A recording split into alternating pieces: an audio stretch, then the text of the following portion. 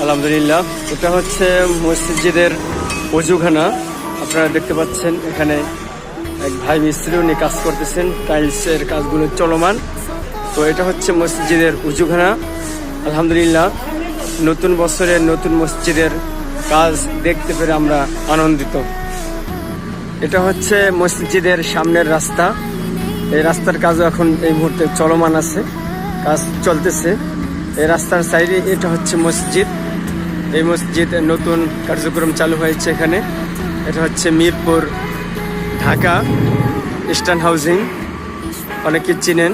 Mirpur Dhaka eastern হাউজিংয়ের এই নতুন মসজিদ এখানে তৈরি হয়েছে এল ব্লকে।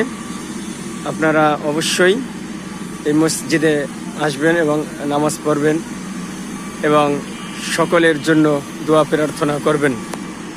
এই যে আপনারা দেখতে পাচ্ছেন, এটা হচ্ছে মসজিদ। এই মসজিদের সাথেই হচ্ছে গার্ডেন।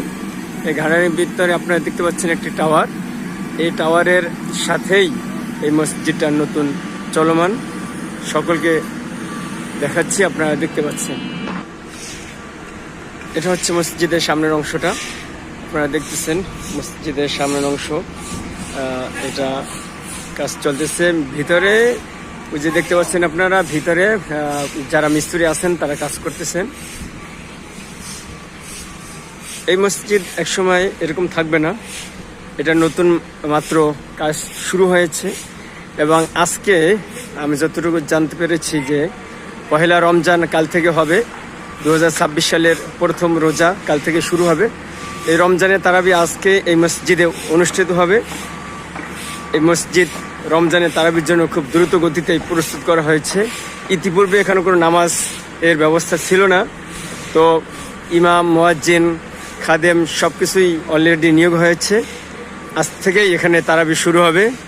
তো এই অত্র এলাকার জন্য এটা খুবই আনন্দদায়ক একটা মুহূর্ত যে এই অত্র এলাকাবাসী, আপনারা দেখতে পাচ্ছেন এখানে বিশাল বড় এলাকা, কিন্তু এখানে আশেপাশে মসজিদ নেই। তো এই মসজিদ পেয়ে এলাকাবাসী অনেক সন্তুষ্ট এবং অনেক খুশি।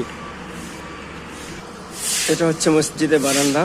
বারান্দাটা ছোট ছোট করে করা হয়েছে, কারণ পরবর্তীতে তো বারান্দা থাকবে না।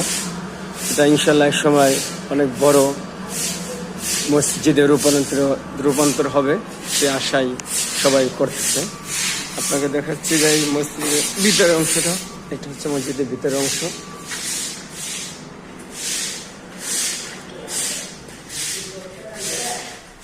আর এটা হচ্ছে মেম্বার। মেম্বারের ভাই চলমান, মেম্বারটা বানানো হচ্ছে।